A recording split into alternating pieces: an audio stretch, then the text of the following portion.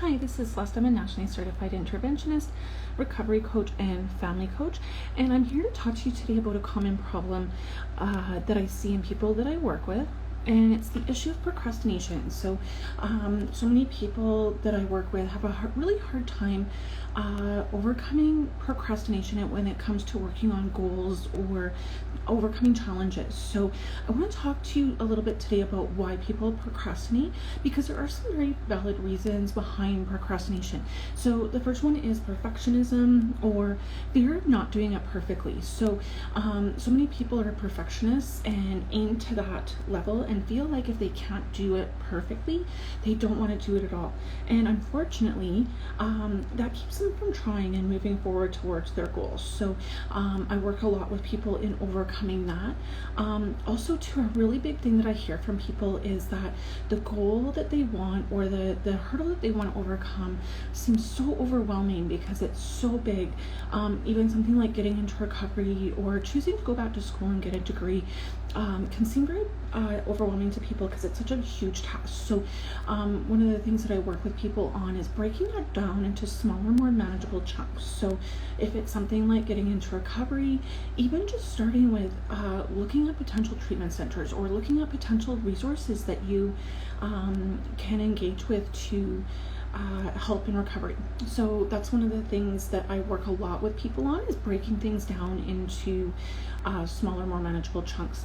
Another thing that people will come and do that adds to procrastination is they'll work on smaller tasks instead of working on a bigger task. So say instead of doing that school application or filling out a resume or calling a treatment center, they might just go off and do the dishes or do some smaller chore, and that really gets in the way of them focusing on the bigger picture and the bigger goals. And that's really common for people.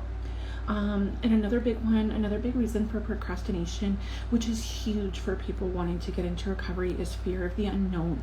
And that's super huge in recovery because so many of us, when we're in that state of using or drinking, we don't know how to cope with life without it. So that's a huge one that we work on in recovery coaching, even with family coaching.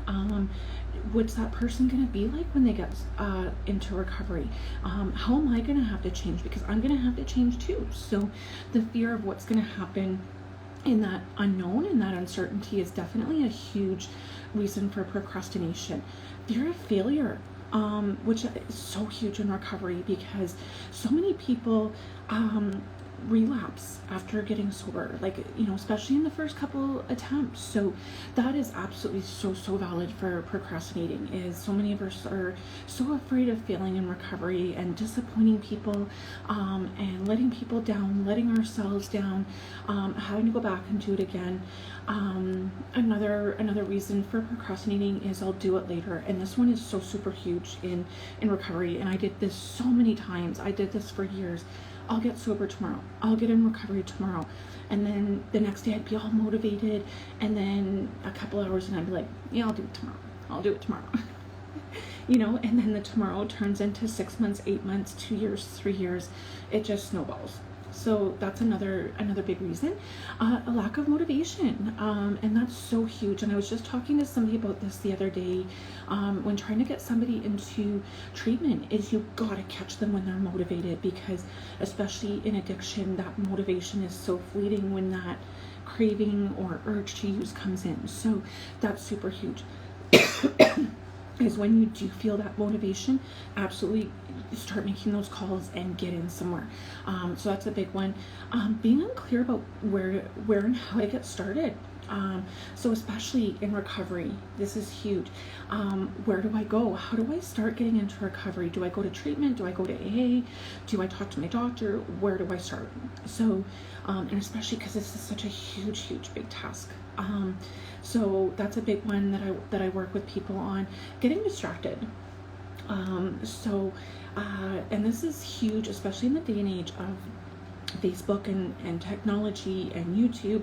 And I don't know about you, but so many times I'm like, oh, I just gotta look up I've got to message somebody on Facebook that I forgot to message, or I'm just gonna look up one video that I want to recommend this video on YouTube to a client or share it with a coworker because it was so awesome. And then you end up in that rabbit hole. Who hasn't been in the rabbit hole of Facebook or YouTube, and that one message or that one 15-minute video turns into 2 or 3 hours of wasted time on Facebook or YouTube, and you can't even remember what you did. So that's super, super huge. Knowing that the task will require effort and hard work, and this is so huge in the family coaching programs and the recovery coaching programs. Is there's so much work to do, and people coming into programming to help get heal from codependency, break those habits, get into recovery. There's so much work, and it's so overwhelming that it's, and when you're in that state of anxiety and stress and depression and all that, it can, just knowing that you have to do all that work can be very deterring and absolutely leads to procrastination. Another big one for families and people looking to get into recovery is a fear of judgment from others. So when my coworkers find out that I'm trying to get my loved one into treatment, or I'm trying to get into treatment, God, there's so much fear of judgment because of the stigma associated with addiction and being in addiction or having a loved one in addiction. Absolutely. This is such a valid reason to procrastinate, but we really want to work on overcoming some of these reasons so that we can get you well.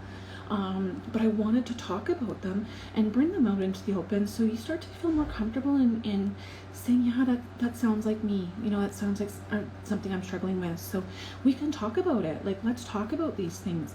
And one of the biggest things is the negative thought patterns that we have about ourselves. So many times we tend to be our own worst critic, especially when it comes to things like addiction. We want to judge ourselves harshly for, maybe how we've enabled or been codependent in a relationship with someone in addiction, or we want to judge ourselves. We want to be harsh with ourselves for being in addiction. Oh, I'm such a screw up. I can't believe I screwed up this badly. I've wrecked my family and my finances and my job, and I've done all these things. And I get it. I've been through all these thoughts, but when you're trying to get into recovery, yeah, absolutely, the negative thinking patterns are going to be there. But once you start to get into recovery, they're no longer helpful thinking patterns. And this is something huge that I work with people on in both recovery coaching and family coaching, is starting to work on some of those unhelpful thinking patterns, because they really just mess us up and bring us down and prevent us from moving forward and healing. So and doing the work of noticing these unhelpful thinking patterns, starting to shift them into more realistic thought patterns about ourselves. And that's not to invalidate the thought patterns, because they're very valid at the time, but we want to really start looking at them and questioning them and saying, is it real for us in the moment? Looking at how, is it still valid? Is it still real? And really starting to shift those, because at the end of the day, it's those thought patterns that are going to create our emotions, they're going to create our behaviors, and they're going to create our consequences. And these are things that I've done for myself. It started to work on these unhelpful thinking patterns, and once I started to shift those, my life started to change. And this isn't just a personal anecdote. This is all based on CBT therapy. It's evidence-based, it's research-based. I've done it with hundreds of clients, hundreds of people that I've worked with using this approach. If they approach it wholeheartedly, willingly, and really giving it a good college try, this is where the miracles and magic happen. So really just working on those thought patterns is a huge thing in both of those programs. In both programs, we really also work on setting boundaries, stopping enabling for the family, breaking codependent patterns, learning to have better communication, more effective communication, starting to build stronger relationships with family, friends, everybody. In the recovery coaching program, we look a little bit more specifically at urge management, relapse prevention, but really the core of both of these programs is really that CBT piece of starting to change those underlying unhelpful thought patterns. So if you're interested in applying for these one of these programs and changing your life, do it today. Stop procrastinating. Let's start working on your procrastination right here and now. So I'm going to include the information in the link below, and so apply for one of those programs. We'll talk on the phone. We'll start building out an individualized program for you. It's all going to be based on the setting boundaries, the CBT approach, overcoming codependency, effective communication, building relationships, but we will individualize those to you in your specific circumstances, because everybody is a little bit different, even though the core is going to be the same. So make sure you don't procrastinate on doing this. Don't procrastinate. Let's start on the procrastination now. Fill out the application. We'll get on the phone, and we won't procrastinate about doing your program. So let's get our game on. Let's stop procrastinating. Let's do it. So absolutely check out the link below. Thanks for tuning in.